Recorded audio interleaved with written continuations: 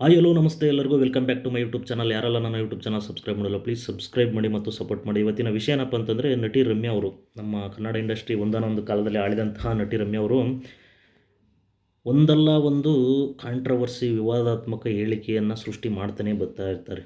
ಯಾಕೆ ಅಂತಂದರೆ, ಅವರು ಇರುವಿಕೆಯನ್ನು ತೋರಿಸ್ಕೊಳ್ಳೋದಕ್ಕೆ ಇಂಡಸ್ಟ್ರಿಯಲ್ಲಿ ಬಂದು ಹೆಸರು ಮಾಡಿದರು.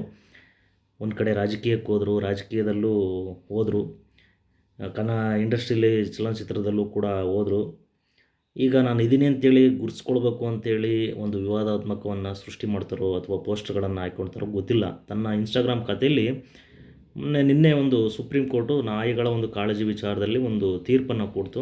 ಆ ತೀರ್ಪನ್ನು ಇಟ್ಕೊಂಡು ಅಲ್ಲಿ ಒಂದು NDTV ಒಂದು ತೀರ್ಪಿನ ಒಂದು ಏನು ಮ್ಯಾಟರನ್ನು ತನ್ನ ಸ್ಟೋರಿಲಿ ಮೆನ್ಷನ್ ಮಾಡಿಕೊಂಡು, ಆ ಒಂದು ಸ್ಟೋರಿಯ ಮೇಲ್ಭಾಗದಲ್ಲಿ ಕೆಲವು ವಿವಾದಾತ್ಮಕವಾಗಿ ಪುರುಷರ ಬಗ್ಗೆ, ಅದರ ಎಸ್ಪೆಷಲಿ ಗಂಡಸರ ಬಗ್ಗೆ, ಮೆನ್ ಅಂತೇಳಿ ಮೆನ್ಷನ್ ಮಾಡಿದ್ದಾರೆ.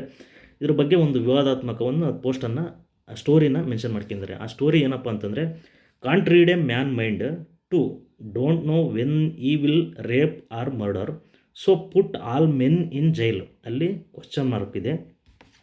ಪುಟ್ all men in jail question mark ಇದೆ, ಒಂದು ಆಶ್ಚರ್ಯಕರ ಚಿಹ್ನೆಯನ್ನು ಹಾಕಿದ್ದಾರೆ.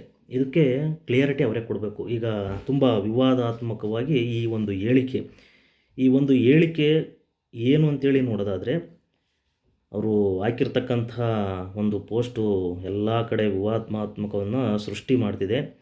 ಮನುಷ್ಯನ ಒಂದು ಯೋಚನೆಗಳನ್ನು, ಅವನ ತಲೆಯಲ್ಲಿ ಇರತಕ್ಕಂತಹ ಯೋಚನೆಗಳನ್ನು ಅರ್ಥ ಮಾಡ್ಕೊಳಕ್ಕೆ, ರೀಡ್ ಮಾಡೋಕ್ಕೆ ಆಗೋದಿಲ್ಲ. ಆದ್ದರಿಂದ ಅವನು ಯಾವಾಗ ರೇಪ್ ಮಾಡ್ತಾನೆ, ಮರ್ಡರ್ ಮಾಡ್ತಾನೆ. ಈ ರೇಪು ಮತ್ತು ಮರ್ಡರ್ ಅನ್ನೋದು ಒಂದು ದೊಡ್ಡ ಕ್ರೈಮು. ಆ ಒಂದು ನಾಯಿಗೆ ಒಂದು ಕೊಟ್ಟಂತಹ ತೀರ್ಪನ್ನು, ತುಂಬ ಜನ ಡಾಗ್ ಲವರ್ಸ್ಗಳು ಇದ್ದಾರೆ, ಇವರು ಆ ಒಂದು ನಾಯಿಗೆ ಕೊಟ್ಟಂಥ ತೀರ್ಪನ್ನು ಈ ಒಂದು ರೇಪು ಮತ್ತು ಮರ್ಡರು ಇವೆರಡು ಪದಗಳನ್ನು ಯೂಸ್ ಮಾಡಿಕೊಂಡು ಪೋಸ್ಟ್ ಹಾಕೋದ್ರಲ್ಲಿ ಏನಿತ್ತು ಇವರಿಗೆ? ಯಾಕೆ ವಿವಾದವನ್ನು ಸೃಷ್ಟಿ ಮಾಡ್ಕೋಬೇಕು? ಇದು ಆ ರೇಪ್ ಮತ್ತು ಮರ್ಡರ್ ಅನ್ನೋದು ಒಂದು ದೊಡ್ಡ ಅಪರಾಧ. ಆ ಪದಗಳು ಹೇಳೋಕ್ಕೂ ಅಪರಾಧನೇ. ಮಾಡೋರು ತುಂಬ ಜನ ಇದ್ದಾರೆ ಅಂತಂದ್ರೂ ಹೇಳೋದು ಯೋಚನೆ ಮಾಡೋದು ಅದಕ್ಕಿಂತ ದೊಡ್ಡದು. ಆ ಒಂದು ಪುರುಷರ ಬಗ್ಗೆ ಕೂತು ಅವನ ಮನುಷ್ಯನ ಮೈಂಡನ್ನು ಅರ್ಥ ಮಾಡ್ಕೊಳಕ್ಕಾಗಲ್ಲ, ಅವನು ಯಾವಾಗ ರೇಪ್ ಮಾಡ್ತಾನೆ, ಮರ್ಡರ್ ಮಾಡ್ತಾನೆ ಅಂತ. ಹಾಗಾದರೆ ಪುಟ್ ಆಲ್ ಮೆನ್ ಅಂದರೆ ಎಲ್ಲ ಪುರುಷರನ್ನು ಜೈಲಿಗೆ ಹಾಕಬೇಕಾ ಅನ್ನೋ ಒಂದು ಕ್ವಶನ್ ಮಾರ್ಕು ಇದೆ. ಆಶ್ಚರ್ಯಕರ ಒಂದು ಚಿಹ್ನೆನೂ ಇದೆ. ಅದು ಅವ್ರ ಪ್ರಕಾರ ಒಳ್ಳೇದು ಯೋಚನೆ ಮಾಡಿ ಹಾಕಬೇಕಾ ಅಥವಾ ಜೈಲಿಗೆ ಹಾಕಬೇಕಾ ಅಥವಾ ರೀಡ್ ಮಾಡೋಕ್ಕಾಗಲ್ಲ ಅಂತ ಅವ್ರ ದೃಷ್ಟಿಯಲ್ಲಿ ಏನು ತಿಳ್ಕೊಂಡು ಅದನ್ನು ಪೋಸ್ಟ್ ಹಾಕಿದ್ದಾರೆ ಅಂತೇಳಿ ಗೊತ್ತಿಲ್ಲ. ಈಗ ಸದ್ಯಕ್ಕೆ ಅದು ಎಲ್ಲ ಕಡೆ ವೈರಲ್ ಅಂತೂ ಆಗ್ತಾಯಿದೆ. ದಯವಿಟ್ಟು ಈ ಒಂದು ವೈರಲ್ ಆಗ್ತಿರೋದಕ್ಕೆ ಕಾಂಟ್ರವರ್ಸಿಗೆ ನೀವೇ ಉತ್ತರ ಕೊಡಬೇಕು. ಅದು ವಿವಾದಾತ್ಮಕ ಹೇಳಿಕೆ ನಾನು ಹೇಳಿದ್ದೀನೋ ಇಲ್ವೋ? ನಾಯಿಗೆ ಹೋಲಿಸಿ, ನಾಯಿಯ ತೀರ್ಪಿಗೆ ಬಂದಂತಹದ್ದು ಮೆನ್ನಿಗೆ ಹೋಲಿಸಿ, ಅದು ರೇಪು ಮತ್ತು ಮರ್ಡರಿಗೆ ಎಲ್ಲ ಪುರುಷರನ್ನು ಜೈಲಿಗೆ ಹಾಕಬೇಕು ಅನ್ನೋದು. ಕೊನೆಯಲ್ಲಿ ಒಂದು ಕ್ವಶನ್ ಮಾರ್ಕು ಇದೆ, ಆಶ್ಚರ್ಯಕರ ಚಿಹ್ನೆನೂ ಇದೆ. ಈ ಕ್ವಶನ್ ಮಾರ್ಕು ಮತ್ತು ಆಶ್ಚರ್ಯಕರ ಚಿಹ್ನೆ ಏನು ಬೇಕಾದ್ರೂ ಅರ್ಥವನ್ನು ಚೇಂಜ್ ಮಾಡ್ತವೆ.